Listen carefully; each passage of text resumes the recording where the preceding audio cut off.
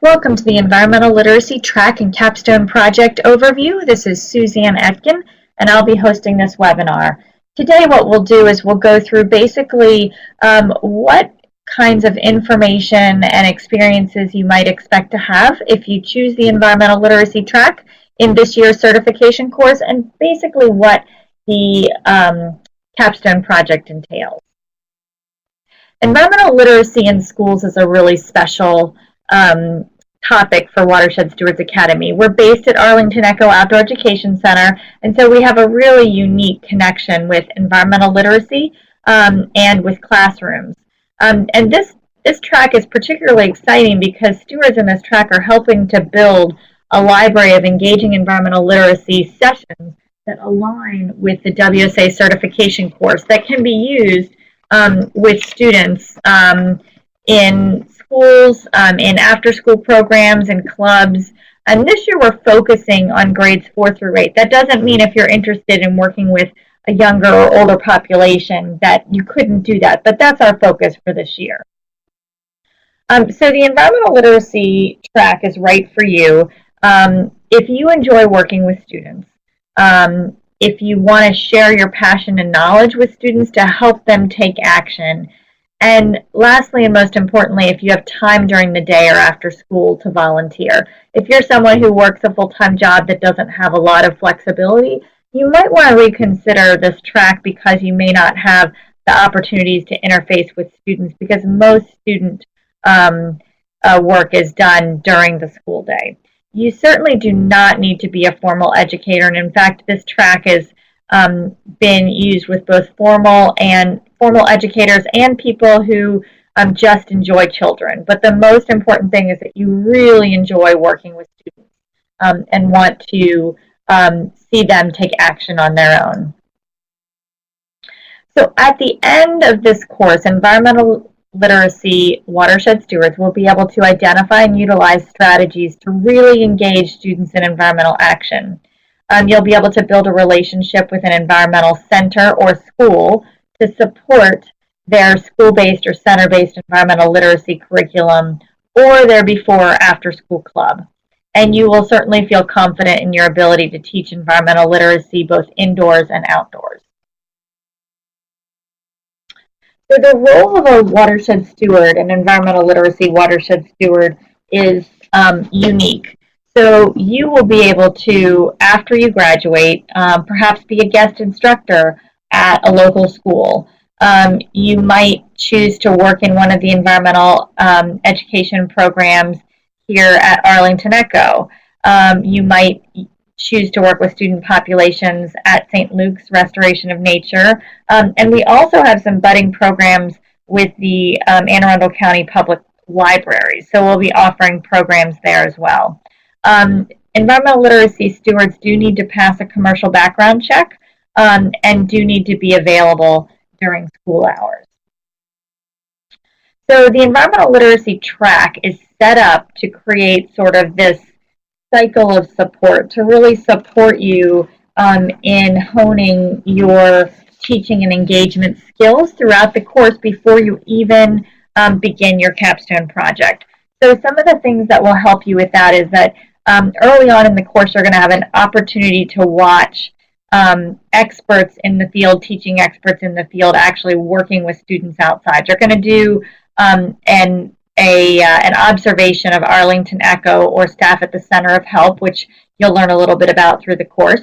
And you'll reflect on the strategies that they used, both to engage students and create a safe learning environment.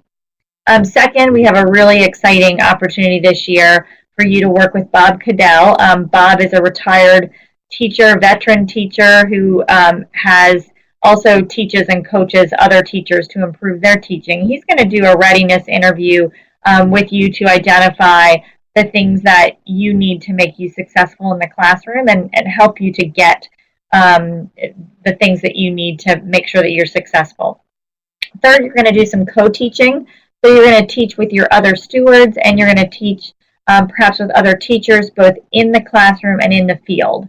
And then last, you're going to work with the other students in the environmental literacy track to create some lessons. And the lessons are all going to be used at St. Luke's Restoration of Nature, which you saw or will see during session 1.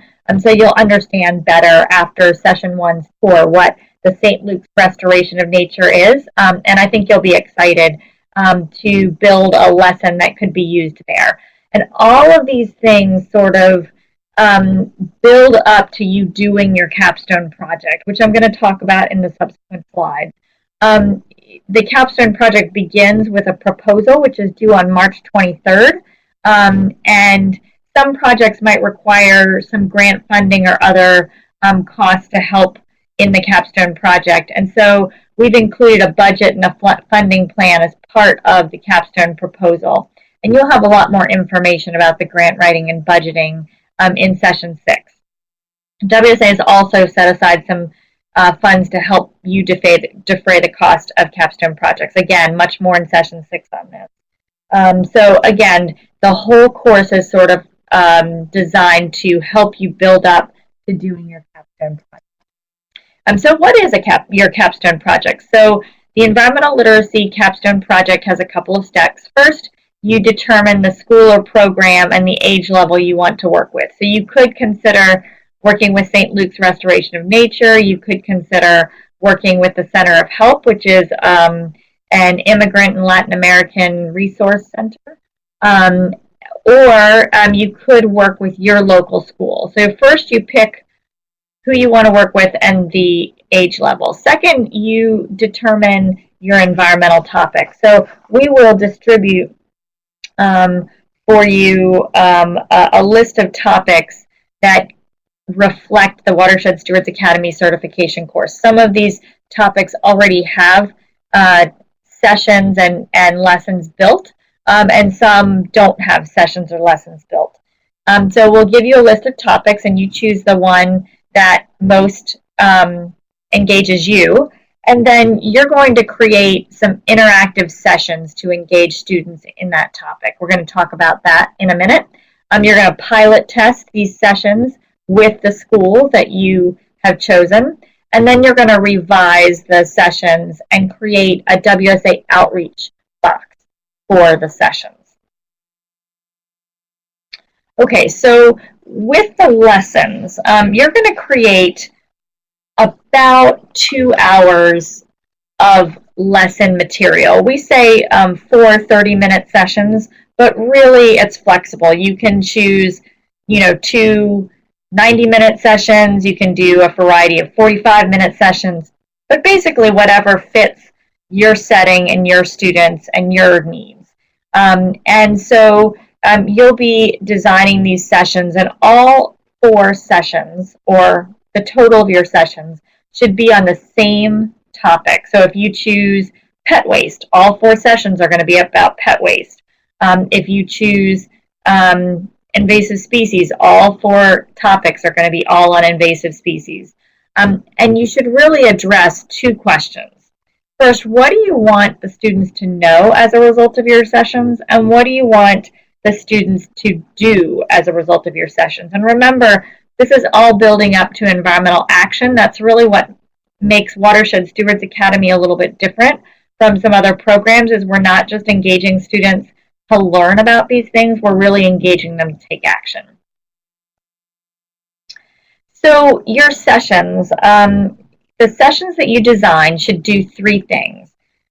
First, they should engage the students in learning about the environmental topic. So let's say your environmental topic was pet waste. You might do some exploring around the connection between pet waste and health, bacteria pollution. You might have students sort of explore the health department warnings that go up after it rains. What are some of the ways that human actions might influence this topic? So you're going to engage them in the topic, in learning about the topic, and exploring, why is pet waste a problem? Why do we care about it? What effect does it have on waterways and our human health?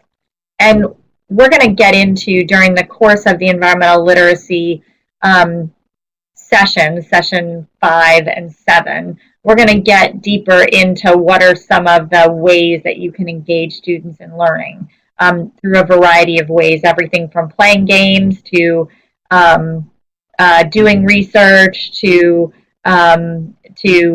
teaching each other about the topic. So first you're going to engage. The second thing that your lessons should do is they should assist the students in taking action. So you're going to brainstorm some actions that students could theoretically take within the context of your sessions and help them decide what action it is that they're going to take. So for example, students might make some magnets that people could put up on their refrigerator that remind people to pick up pet waste. And then they might take those magnets and educate, 5 dog owners that they know in their lives and ask them if they would please commit to picking up the pet waste. So you're going to assist them in taking action. And then the third thing that your sessions should do is help them reflect on that action. And again, in the context of the environmental literacy course sessions, session 5 and 7 in the certification course, you're actually going to be able to get in much deeper and understand in a better way what some of those reflection techniques are. So it could be using art to reflect on their experience of engaging people on pet waste. They could make a video or a podcast about pet waste. So the sessions are really about engaging the students, helping them take action, and then reflecting on that action. And those lessons can take place either in the classroom or in the field. So stewards in this track are going to actually create a WSA outreach box for their chosen topic. That box is going to contain all of the materials necessary for a watershed steward to implement the sessions. You'll understand what's going to be in that box. But if you are the steward going to teach this lesson, you would have everything that you need, all the background materials, all the teaching supplies, so that someone else could pick up your box and use your lessons. And then once it's all created, you're going to pilot test your lessons with the school that you've chosen. So you'll do 1, 2, 3, 4 sessions at the school where you're going to test out what you've designed. And then last, you're going to revise because you'll learn things when you're testing it out. You're going to update your session lessons and your outreach box. And then it will become part of this amazing library of environmental literacy lessons that can be used by any watershed steward who's trained to work with schools. So I hope this has given you a really brief overview of the environmental literacy track and Capstone project. If you have a lot of questions, don't worry, because in session 2 we're going to unpack the Capstone project and, in fact, the environmental literacy track and answer all your questions and get you a lot more familiar with what's to come if you choose to be an environmental literacy steward. Thanks for listening.